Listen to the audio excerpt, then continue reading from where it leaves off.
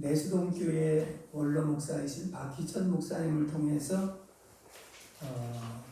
설교학을 한 2학기 정도 들었었거든요. 그분이 말씀하시면서 이런 간증을 하셨어요.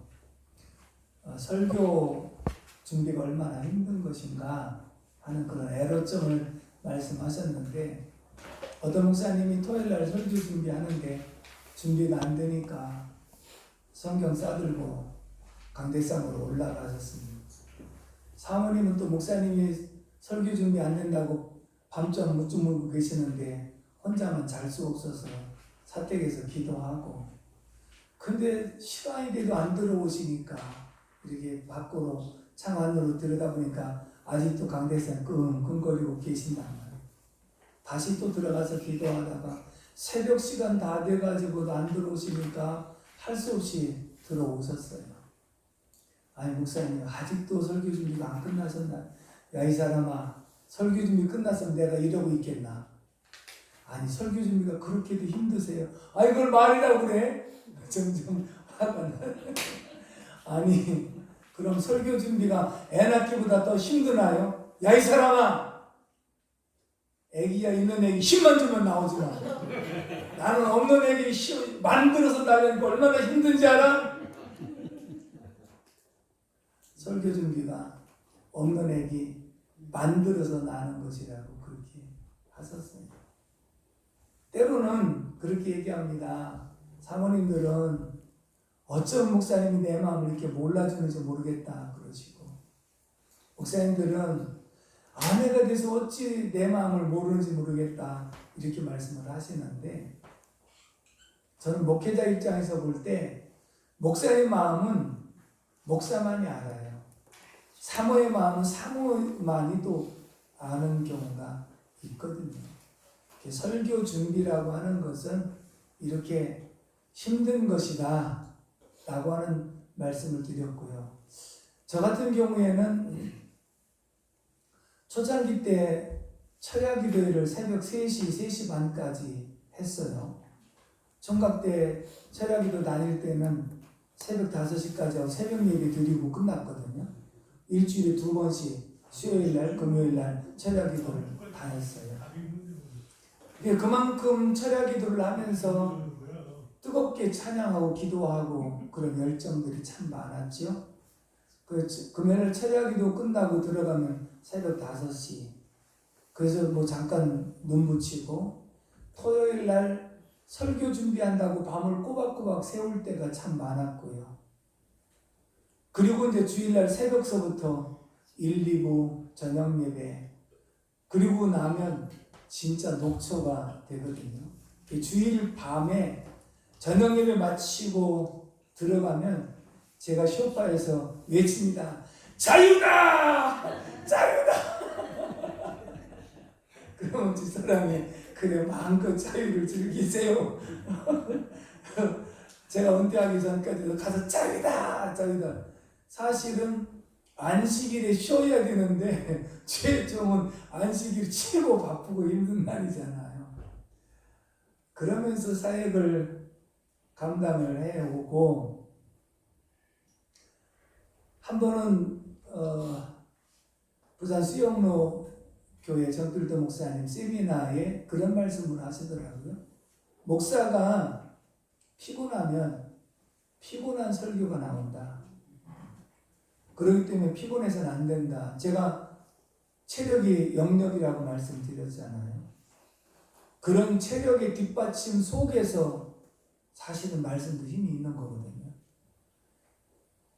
그 말씀을 듣고 나서 그래, 내가 설교 준비한다고 밤을 새우지 말아야 되겠구나. 그래서 그때부터 더 일찍 준비하려고 애를 썼어요. 그것도 잘 안 되지만 그러나 밤은 안 새우거든요. 그러니까 훨씬 더 피곤하지 않은 설교가 나오더라. 목사가 피곤하다고 강대상에서 나 오늘 피곤하다는 얘기를 한다고 해서 누가 알아주는 것도 아니고, 오히려 성도들이 그 말을 들으면 더 짜증난다 하더라고요. 그래서 목사는 아파도 아프다 소리도 못하고 힘들어도 힘들어서 내면 안 되고 그냥 마냥 어떤 강한 사람처럼 행동할 때가 있는데, 그러나 말로 하지 않아도 표정을 보고 벌써 눈빛만 봐도 서로를 알 때가 있지 않습니까? 아무쪼록 저는 초창기 때부터 마무리까지 강해 설교를 해왔어요. 새벽기도 창세기부터 시작해서 요한계시록까지, 주일 저녁 예배, 수요 예배, 금요철야 예배, 마태복음에서 시작하면 다시 창세기로 돌아가서 성경 전체를 계속 반복해서 말씀을 준비해서 전했고, 주일 낮에만 본문을 따로 정해가지고 역시 강해 설교를 하는 그런 스타일이었고요. 그런데 제가 새벽 예배를 준비하면서 보통 15분 메시지 전하거든요. 그럼 5시 시작하면 다시 25분에 다 모든 걸 마치고 기도의 시간을 갖게 되는데, 15분 메시지 준비하면서 밤을 꼬박 새웠던 적이 여러 번 있었습니다. 왜냐하면 내가 창세기부터 요한계시록까지 새벽 기도를 인도했으면 언제 어디서 성경을 떠들어 보더라도 생소하지 않게 해야 되겠다는 거였죠.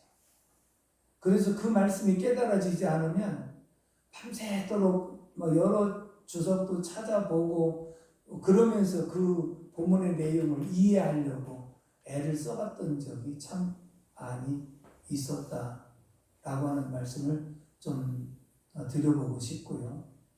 그러면서 설교 준비에 대해서만큼은 최선을 다했다.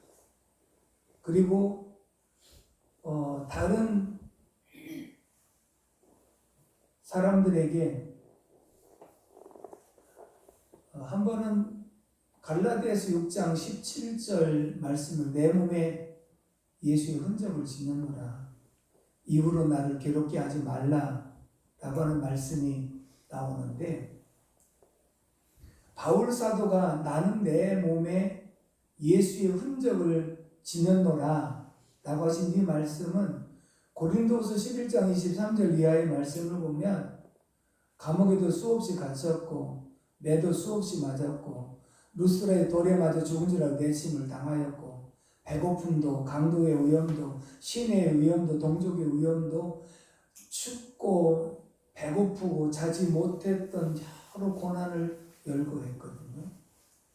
그런데 그 모든 주님 때문에 당하는 고난, 복음 때문에 당한 이 고난이 내 몸에 예수의 흔적으로 나왔다. 그것이 결국은 하나님 앞에 상급의 대상이 되는 부분이었거든요.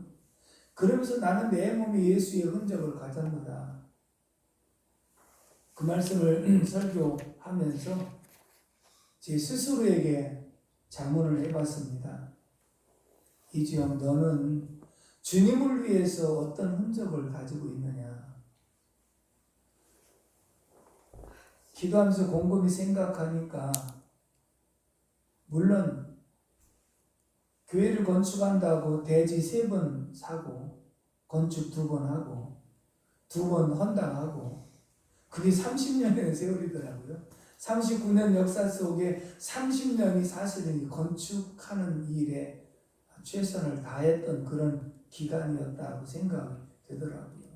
그러나 그거는 성도들도 함께 한 일이고, 그런데 그것이 무슨 큰 흔적이라고 자랑할 것은 아니겠다라는 판단이 들어섰고요.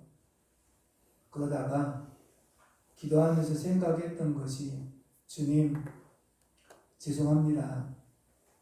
제가 한 가지 주님 앞에 흔적을 내놓을 수 있다고 한다면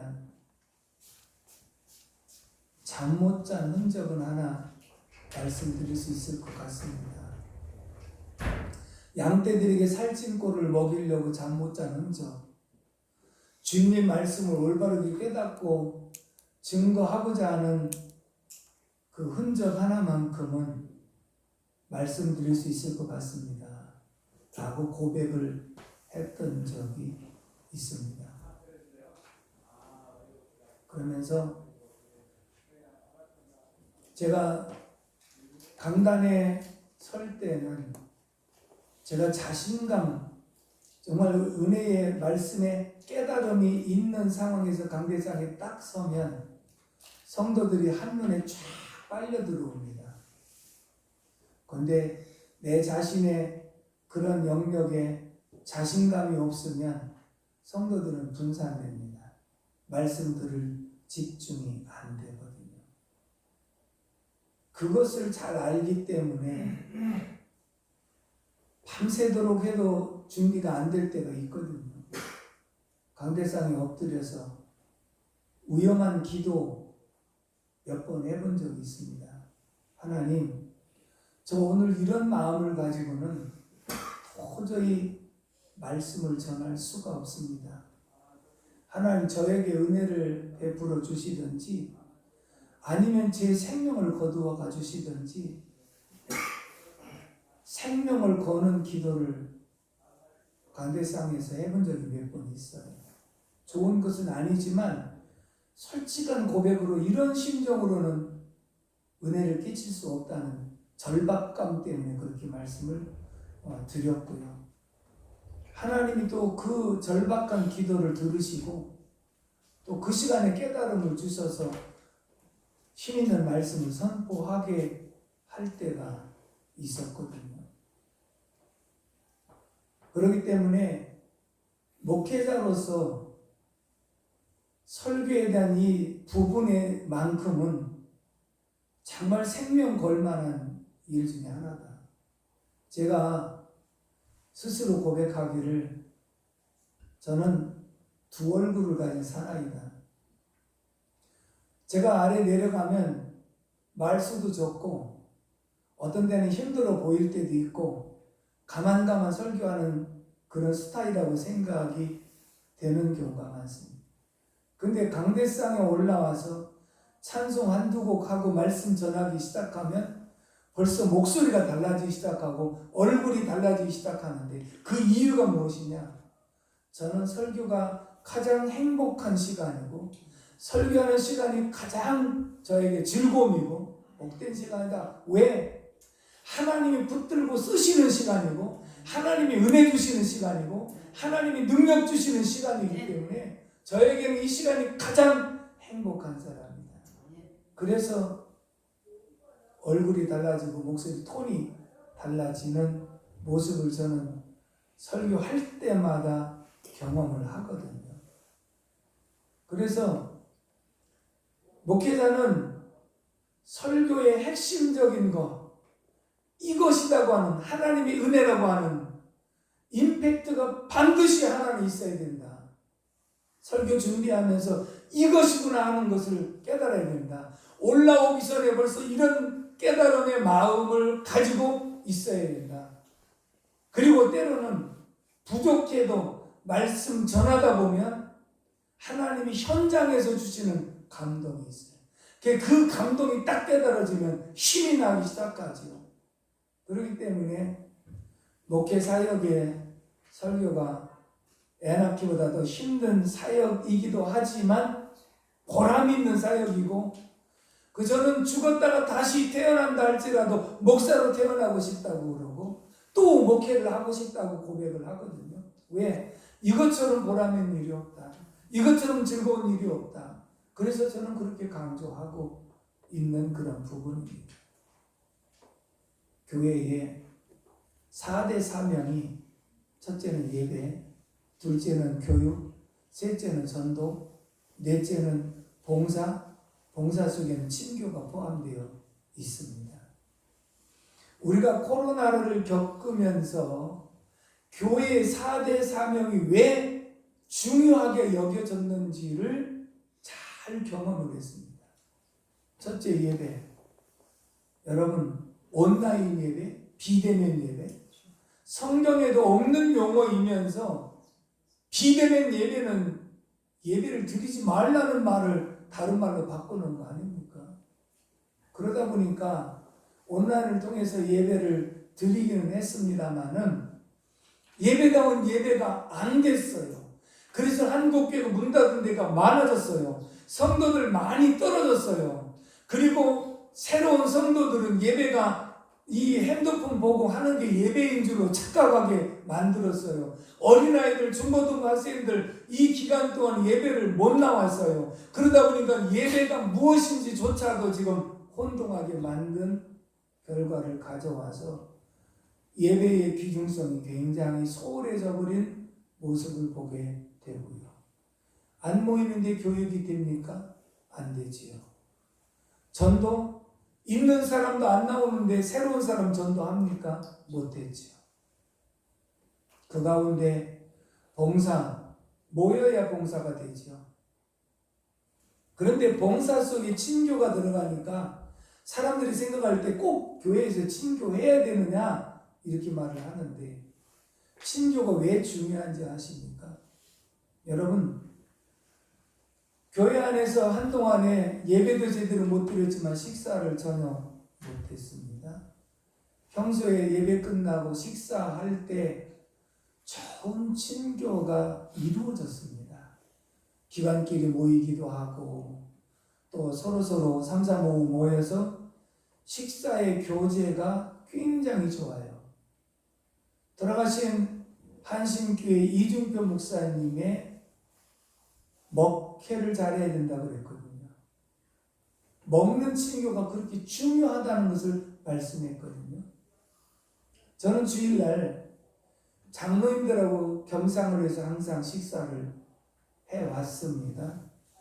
그러다 보니까 한 주간에 근황도 물어보고 이런저런 얘기도 하고 자연스러운 교제가 되다 보니까 당회가 따로 필요 없어요. 식사 자리가 당회 자리예요. 그래서 어떤 일이 있으면 이 장로님 이것 좀 한번 생각해봐. 김 장로님 이것 좀 한번 생각해봐. 한 마디씩 던져주고 다음 주에 또 물어봐. 지난주에 말했던 거 어떻게 생각해봤냐고. 아, 그거 괜찮은 것 같대요. 또 김 장로님 어때요? 괜찮은 것 같대요. 그러면 우리 행정을 위해서 당회하자. 당회 모여서 지난번에 말씀드렸던 거 장로님들 다 동의하시죠? 예, 동의합니다. 그러면 그냥 당회 끝. 회의도 오래 하면 회의가 생기거든요. 그 회의는 간단해야 돼요. 그러니까 미리 회의 다 했어요. 먹는 친교. 근데 한 번은 장로님들이 식사 자리를 따로 하겠다고 해서 왜 그러냐 했더니 기관에서 장로님들끼리만 그렇게 식사하니까 자기들하고 멀어진 것 같다고 했다는 얘기예요. 그래서 그럼 가보라고. 가서 이제 기관에서 한두 서너 달인지 했어요. 그때 내가 안 되겠는 거야. 왜냐하면 당일 때나 보게 되잖아요. 그러니까 이분들하고 대화가 안 되는 거야. 대화가 안 되니까 멀어지는 거거든. 그래서 결국은 내가 성도들한테 다시 얘기하고 여러분 그것도 필요하지만 당회가 그만큼 중요하기 때문에 같이 식사해야 된다 해서 다시 당회원들하고 자리를 해서 식사를 그렇게 나눴거든요.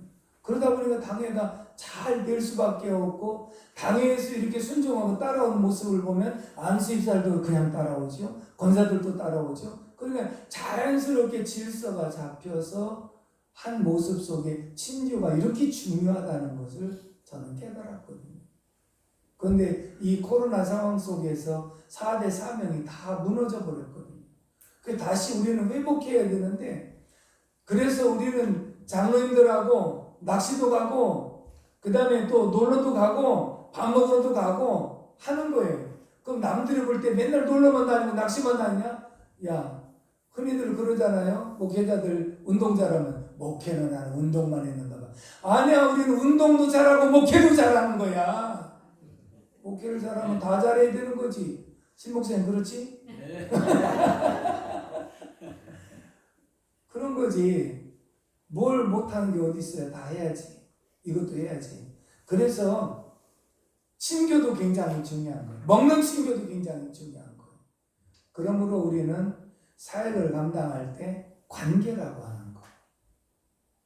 관계가 굉장히 중요하다. 하나님과 나와의 관계, 사람과의 관계. 그래서 십자가를 지셨잖아요. 십자가를 완성하셨잖아요. 관계의 완성은 사랑이었거든요. 그러니까 이 사랑으로 관계를 완성하는 것이 그만큼 중요하다고 하는 것을 보여준 그런 부분이다. 설교에 대해서 하나는 지적인 설교가 있습니다. 쉽게 표현하면 교수님들이 하는 설교라고 저는 그렇게 표현해요. 교수님이라고 다 지적인 설교하는데 영적 설교하시는 교수님도 계시고요. 그러나 보편적으로는 그래요. 지식이 많은 사람일수록이 어떤 영적인 면이 또 부족하거든요. 이 지적인 설교는 머리로 준비하고 머리로 전하는 모습이라고요. 요즘 부목사님들 설교하는 모습을 보면은 짜집기 설교가 참 많다. 인터넷을 통해서 본문도 따고 예화도 따고 그렇게 여기저기서 얼마든지 검색을 해갖고 한 편 완성하는 시간 얼마 안 걸린다. 근데 그 말씀을 전하려고 할 때 좀 인용하려면 잘하든지 인용하는데 옛날 성경 인용해놓은 거 그거 똑같이 갖다 놓으면서 성경 읽을 때 다른 것을 보는데 금방 알지 우리는. 그런데 하나님 말씀은 살았고 운동력이 있어. 혼과 영광의 관절과 골수까지 찔러 쪼갠다 그랬는데 지적인 설교 속에 하나님 말씀이 머리를 찔러 쪼갠다 하지 않았어요. 머리를 찔러 쪼개는 게 아니에요. 심령을 찔러 쪼개는 것이지. 근데 지적인 설교는 머리로만 건드리기 때문에 심령까지 접근할 수가 없는 것이거든요. 그러면 머리만 찔러 쪼갠다면 오늘 설교 참 좋았어. 참 잘하네. 머리로만 잘하네. 참 좋았어. 이것이 아니라 심령 속에 울림이 있어야 되고 심령의 변화와 심령의 회개하는 마음까지도 있어야 되는데 그게 잘 안 되고는 현실. 여러분 마지막 때 먹을 것 마실 것이 없어서 기갈이 아니라 하나님 말씀을 듣지 못한 기갈이라고 그랬잖아요. 이해가 안 돼요. 오늘날 설교 홍수 시대에 살고 있어요. TV만 틀면 유명한 목사님들의 설교를 다 들을 수 있어요. 라디오만 들어도 수없이 말씀 들을 수 있어요. 핸드폰 하나만 가져도 얼마든지 설교를 보고 들을 수가 있는데 왜 마지막 때 말씀이 없어서 기갈이라고 그랬을까요? 설교다운 설교가 없기 때문이라고 하는 거예요. 지적인 설교로 흐르기 때문에 정적인 설교로 끝나기 때문에 말씀이 기갈이 올 수밖에 없지 않았는가 그런 말씀이거든요. 정적인 설교 사람은 지정의 세 가지 요소가 다 있어요. 회개에도 믿음도 사람의 인격도 다 세 가지 요소가 들어가 있는 거예요. 어느 한쪽이 중요하고 어느 한쪽이 못하고가 아니라 다 필요한 부분이라는 거예요. 그런 과정을 통해서 의적인 결단이 내려지는 것이기 때문에 다 필요한 것인데 정적인 설교를 하는 사람이 있어요. 어떤 사람? 울고 웃기는 데만 끝나는 사람. 여러분 한국 강단에 큰 위기가 왔던 것 중에 하나가 뭐냐면 한국교회 성도들에게 어떤 목사님이 설교를 잘하느냐? 라고 물으면 잘 웃기는 목사가 설교 잘하고 인기가 있다고 말해요. 그 목사님 설교 참 잘하고 그 뭘 잘하냐고 진짜 웃긴다고. 진짜 웃기는 건 코미디언에 나가서 웃기는 거지. 4인 4색을 방송했던 목사님 많은 사람이 있는데 PD가 그러더랍니다. 목사님 3분에 한 번씩은 웃겨야 됩니다. 3분에 한 번씩 안 웃기면 채널 돌아갑니다. 그들은 상업적인 면을 생각하니까 그렇게 해야 되는 거예요. 웃기는 것이 끊어지지 않아야 채널이 안 돌아간다는 거예요. 그러다 보니까 한국교회 강단은 잘 웃기는 목사가 설교를 잘하는 목사요. 잘 웃기는 것이 설교라고 착각하게 만들었던 것이 오늘 현실이잖아요. 얼마나 안타까운지 몰라요. 김상환 목사님이 설교 중에 그런 말씀 하시더라고요. 자기는 설교 중에 한두 번은 꼭 웃긴다고 하셨어요. 때로는 바보짓을 해서라도 웃긴다고 말씀하셨어요. 필요한 거예요. 우리가 설교학을 배울 때 설교는 집과 같은 것이다. 그런데 예화는 창문과 같은 것이다. 그랬어요. 집에 창문이 없어도 너무 답답하고 창문이 많아도 너무 춥거나 덥거나 창문이 적당하게 있는 것이 좋은 것처럼 웃기는 일도 한두 번은 필요하다. 그렇죠? 그래서 한 번 웃기면 성도들이 웃을 때 마음이 열리거든요. 그러면 그때 말씀을 집중해서 전함으로써 말씀을 잘 듣게 만드는 사역도 필요하다는 거예요. 그러니까 정적인 설교도 필요한 것은 분명한 것이지만 그 위주로 나가서 인기 위주로 나가려고 하면 지가 주님이신 것처럼 그 자리를 꿰차고 앉아서 인기를 누리면 내가 너를 모른다고 한다면 얼마나 불행한 일이겠는가. 영적인 설교가 있습니다. 이것은 한마디로 요약하면 임팩트가 있는 설교, 정말 주님의 마음으로 주님의 심정을 가지고 주님의 말씀의 의미를 깨닫고 이것이 하나님의 말씀입니다. 이것이 하나님이 하시고자 하는 말씀입니다. 라고 선포할 수 있는 모습. 재미있는 일화가 있었죠. 어느 공터에서 약장사가 들어와서 약을 파는데 자기가 봐도 가짜 약을, 근데 사람들이 굉장히 많이 와서 가짜 약을 사가거든요. 가까운 교회 전사님이 사람 많으니까 전도지 갖거나 열심히 전도를 하는데 전도지를 다 받아갖고 집어던지고 받지도 않고, 나는 진짜 복음을 전하는데 이 사람들이 다 거부하고, 내가 볼 때 저 사람은 가짜 약을 팔고 있는데 잘 사가고, 그 다 사람들이 간 다음에 가짜 약 장사한테 가가지고 물어봅니다. 내가 볼 때 당신은 가짜 약을 팔고 있는 것 같은데 잘 사가고, 나는 진짜 복음을 전하고 있는데 왜 안 사가냐고. 그랬더니 가만히 잠자코 듣던 가짜 약 장사 하는 말, 나는 가짜 같고 진짜처럼 팔고 있는데 내가 보니 당신은 진짜 같고 가짜처럼 팔고 있으니 그거 누가 사가겠냐. 시사하는 바가 큰 거예요. 우리는 진짜 복음을 가지고 왜 진짜처럼 못 전하느냐 이 말이에요. 이게 진짜인데, 이게 하나님 말씀하시고자 하는 건데, 이것이 정말 옳은 것인데, 그만큼 영적 임팩트를 깨닫지 못한 부분 속에서, 여러분 예수 믿어봐, 믿으면 좋대. 어떻게 믿어? 그냥 덮어놓고, 뭘 덮어놓고, 성경 덮어놓고 믿으면 좋대.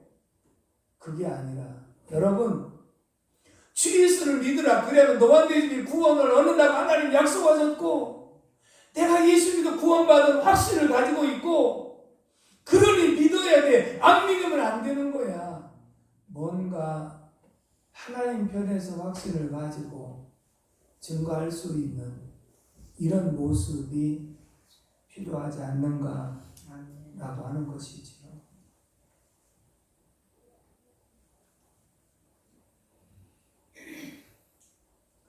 사도행전 10장에 보면 고넬료의 가정에 하나님께서 천사를 통하여 베드로를 청하라고 듣고, 베드로도 기도하다가 천사의 환상을 보고 고넬료의 집에 갑니다. 베드로가 고넬료의 집에 가서 하나님 말씀을 전할 때 성령이 내려오시는 것을 보았습니다. 그로 인해서 이방인과 유대인 사이에 복음의 담이 한 번에 무너진 역사적인 사건이었거든요. 엄청난 사건이었거든요. 그런데 중요한 것은 무엇이냐면 우리 설교자가 성령을 받은 사람이 성령을 받지 못한 사람에게 말씀을 증거할 때 성령이 임하심으로 그 말씀을 듣는 사람이 성령을 받게 되더라. 아멘. 그 확신이 있어야 돼요. 목회자가 성령을 받은 사람이요 성령의 감동으로 기록된 말씀을 증거할 때 이 말씀을 듣는 성도들에게 성령이 감동하시고 성령이 내려오셔서 그들 마음속에 이 말씀에 깨달음을 주시고 믿음을 주셔서 구원받게 하시고 또 은혜를 받게 하시는 분이 성령이신 줄로 믿습니다. 그래서 영적 설교는 성령의 사역이고 성령의 은혜인 줄로 믿습니다. 베드로가 다른 사도들에게 신란을 당합니다. 어떻게 이방인에게 가서 말씀을 전할 수 있고 교제할 수 있느냐? 베드로가 이렇게 고백을 합니다.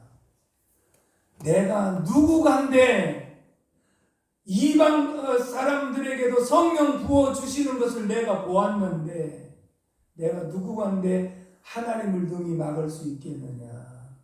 하나님이 그렇게 하시는 것을 내가 보았는데 내가 누구기에 하나님이 하시는 사역을 막을 수 있단 말이냐? 확신이잖아요.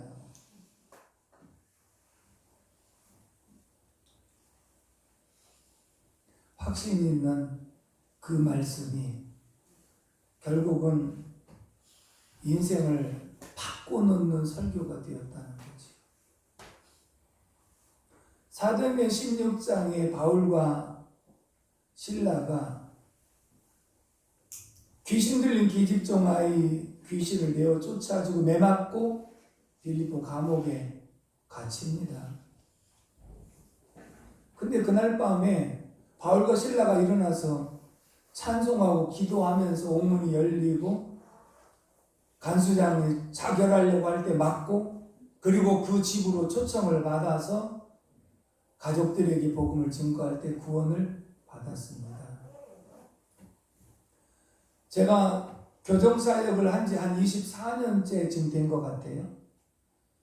특별히 청송 지역에 청송 2교도소가 중범죄자들이 수용된 곳이기 때문에 그곳을 중점적으로 사역을 해왔어요.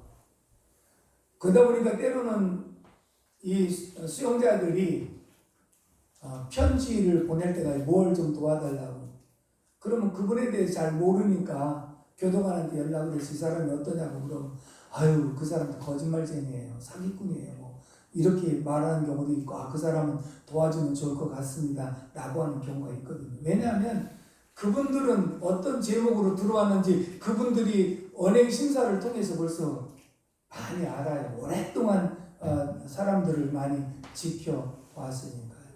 어떤 사람은 너는 왜 교도소에 들어왔냐 그랬더니 감기 때문에 들어왔다고. 야 대한민국에 감기 때문에 수용하는 사람이 어디냐 그랬더니 자기가 도둑질하러 갈 때 마침 감기 들어갔고 그 도둑질하는 결정적인 계기에 기침하는 바람에 걸려갖고 잡혔다고 감기 때문에 들어왔다고 그렇게 말을 하는 경우가 있잖아요. 핑계 없는 무덤이 없듯이 말이죠. 간수장도 죄수가 들어오면 무엇 때문에 들어왔는지 저 사람이 진짜인지 가짜인지 알아요. 간수장이 볼 때 매맞고 들어왔는데 혼자 생각할 때 저 사람들은 조금 다르기는 다르구나 이렇게 생각할 수 있었을 거예요. 왜? 대체적으로 들어오면 내가 무슨 죄를 졌느냐고 나를 왜 여기다 가두냐고 그러면서 소리를 지르는 것이 보통이거든요. 아무 소리도 지르지도 않습니다. 원망도 하지 않습니다. 불평도 하지 않습니다. 근데 저녁 됐는데 이들이 일어나갖고 찬송하고 기도합니다. 진짜 다르긴 다르구나. 다른 사람 같으면 시끄러워가고 잠도 못 잘 텐데 이들이 원망도 불평도 하지 않고 찬송하고 기도하고 있다. 좀 다르긴 다르구먼 하고 깜빡 잠드는 사이에 옥토가 움직이고 옥문이 열리면서 깜짝 놀라갖고 눈을 떠보니까 문이 열렸으니까 죄수가 도망간 줄 알고 그 책임 때문에 자기가 자결하려고 하잖아요. 아무 짓도 하지 말라, 우리가 여기 있다. 등불을 달라고 보니 도망가야 돼. 기회만 있으면 죄수들은 간수를 죽이고 도망을 하려고 하는데 문이 열렸음에도 불구하고 도망도 안 치고 여기 있다고 자진해서 말하는 사람이 어디 있어요. 깜짝 놀라가지고 그 자리에서 이렇게 물어봅니다. 선생들아, 우리가 어떻게 하여야 구원을 얻으리까? 잘 들어보십시오. 지금 간수장이 영생에 대한 문제를 질문한 게 아니에요. 선생들아, 어떻게 하면 당신들처럼 될 수 있겠느냐? 이런 상황 속에서 원망 불평도 하지 않고 이런 상황 속에서 정말 기도하면서 그리고 도망갈 수 있는 상황에서 도망도 안 가고 죽이고 가려고 하는 사람도 있는데 이런 상황 속에서 당신들처럼 어떻게 하면 될 수 있겠는가? 라고 하는 질문의 요지라고 봐요. 그때 주 예수를 믿으라. 그리하면 너와 내 집이 구원을 얻으리라. 집으로 모시고 와서 온 식구들이 함께 주님을 믿고 구원을 얻은 줄로 믿습니다. 아멘이십니까? 이 말씀이 그냥 구원을 얻는다는 그런 말씀이 아니라 바울과 실라가 예수 믿는 모습을 보여준 거예요. 이게 예수 믿는 거다. 예수님 믿기 때문에 내가 우리가 고난과 환난이 있어도 원망 불평하지 않고 담대하게 기도할 수 있었던 것은 주님이 우리와 함께 계시기 때문이다. 그것을 지금 강조한 그런 부분 중에 하나거든요. 우리가 찬송할 때 예수 믿는 것은 받은 증거 많도다. 찬송은 예수 믿는 것은 받은 증거 많도다. 그렇게 해놓고 예수 믿는 것은 받은 증거 없도다라고 하는 모습으로 살아간다면, 증거가 많다고 하면서도 증거가 없는 것처럼 생각하고 설교한다면, 중요한 것은 한번 따라서 합시다. 내가 만난 예수. 내가 만난 예수. 아멘. 바울 사도는요, 일평생 내가 만난 예수를 전한 거예요. 이분은 어디에 가서든지 나의 죄를 대신 짊어지신 예수 그리스도, 부활하신 예수 그리스도, 이게 복음의 핵심이었어요. 나를 다메섹 도상에서 만나주신 주님이 내 인생을 바꿔놨습니다.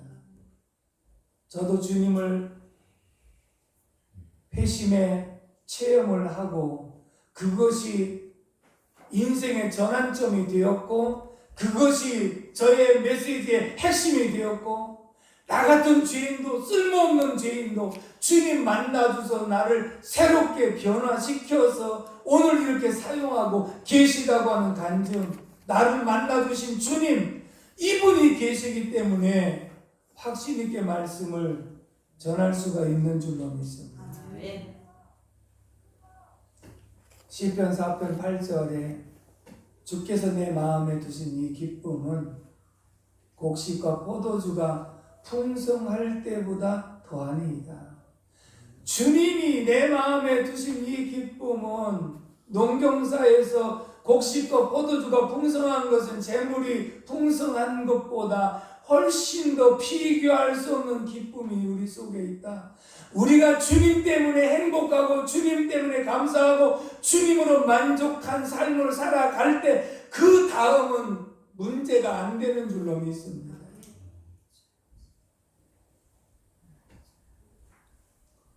오늘도 몇 번 목사님들이 젊은 목회자들이 와서 같이 들었으면 좋겠다 하는 말씀들을 하셨거든요. 저희는 시대가 이제 달라진 건 사실이죠. 어디에 사역지에 가서 봉사할 수 있는 자리만 주어도 사례비 안 줘도 가려고 했고요. 그리고 저의 간증 가운데 하나는 주시면 감사히 먹고 안 주시면 금식하고, 금식이 아니라 금식은 있는데도 안 먹는 거지만 금식은 굶는 거예요. 주시면 감사히 먹고 안 주시면 금식하겠습니다. 주실 때까지 그냥 금식하겠습니다 라고 하는 자세로 했고, 끝까지 주님만 바라보고 나가면 엘리야에게 떡과 고기를 날라다 먹이신 하나님, 그리고 만나와 같다고 말씀하셔서 많이 거둔 자도 남지 아니했고 적게 거둔 자도 모자라지 않았던 것처럼 하나님은 까마귀를 통해서라도 반드시 주의 종을 먹이신다는 확신, 그래서 일평생 하나님 먹이셨습니다. 입히셨습니다. 다 하게 하셨거든요. 그래서 오직 목회에만 전념을 할 때 하게 하셨습니다. 오늘날은 직업을 갖지 않으면 못 먹고 산다고들 그렇게 해서 문화가 그럴 수 있습니다. 그런데 우리 때 믿는 하나님과 지금 믿는 하나님이 다른 것이 아니라, 우리 때는 그만큼 배고픈 시절에 정말 하나님밖에 없었기 때문에 하나님만 의지하지 않고는 아무것도 할 수 없다는 고백이 있었기 때문에 하나님은 그 중심을 긍휼히 여기시고 도와주신 하나님이신 줄로 믿습니다. 일평생 사역을 감당하면서 가장 힘이 되었던 것이 무엇이냐면, 주님 말씀하시 요한복음 14장 27절에 내가 너희에게 평안을 끼치노니 곧 나의 평안을 너희에게 주노라. 내가 주는 평안은 세상이 주는 것과 같이 아니하니라. 주님이 주시는 평안이 있고 세상이 주는 평안이 있다. 세상이 주는 평안은 외부로부터 오는 것, 돈도 잘 벌리고 식구들이 건강하고 외적으로부터 오는 것. 그런데 이것은 일시적인 평안이라 말합니다. 왜? 세상 돈이 다 자기 마음대로 되는 게 아니라 있다가도 없을 수 있고, 그리고 모두가 건강한 게 약할 때도 있으니까 이것이 왔다 갔다 하기 때문에 일시적인 평안이라 말하지만, 주님이 주신 이 평안은 영원한 평안인 줄로 믿습니다. 주님이 주시는 이 평안은 세상의 어떤 것과도 바꿀 수 없는 줄로 믿습니다.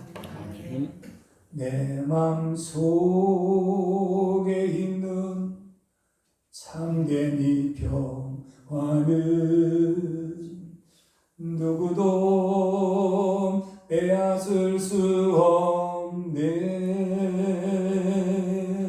주님은 내 맘에 구주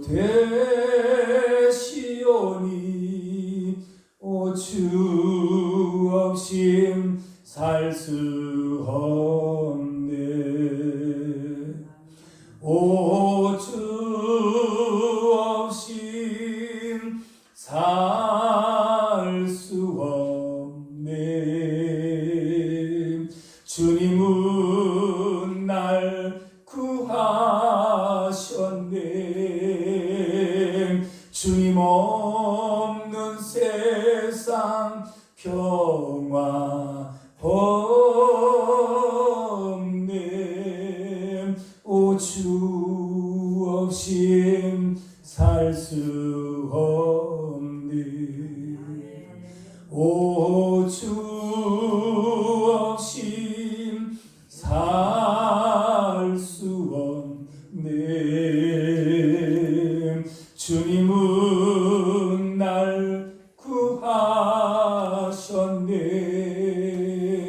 주님 없는 세상 평화 없네. 오 주 없인 살 수 없네.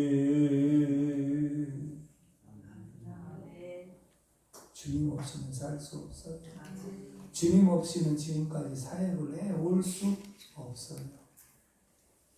목회도 신앙생활도 주님 때문에 가능했고, 주님의 은혜로 지금까지 감당해 올 수 있었는 줄로 믿습니다. 아멘. 사랑하는 독자 여러분, 우리가 현실 속에 부딪히면 힘들고 어려운 부분들이 사실 한두 가지가 아니고 또 부딪히는 문제들이 의외로 많을 때가 있습니다.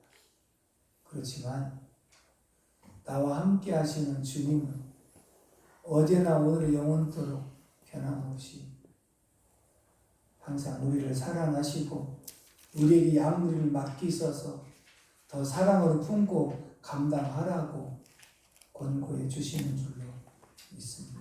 아멘. 주안의 승리하기를 주님의 이름으로 축복합니다. 아멘. 감사합니다.